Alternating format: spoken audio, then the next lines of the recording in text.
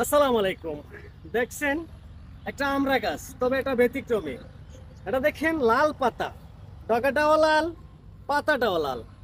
এখানে যে বিষয়টা আজকে আপনাদেরকে দেখানোর জন্য ভিডিওটা তৈরি করছি, দেখেন ভালো করে একটু যদি লক্ষ্য করি, আমরা প্রত্যেকটা পাতা বাঁকানো, প্রত্যেকটা পাতাই বাঁকিয়ে গেছে।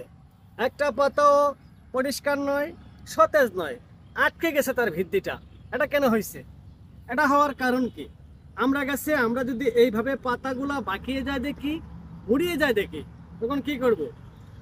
ইমিডাক্লোরোফিট গ্রুপের যে কীটনাশকগুলো আমরা বাজারে পাই, পরন্ত বিকেলে সুন্দর করে গাছে স্প্রে করব। কেন স্প্রে করব? এই যে দেখেন, একটু যদি আমরা দিক থেকে দেখি, এই যে দেখেন, এই যে দেখেন, সাদা সাদা পোকা রয়েছে এখানে।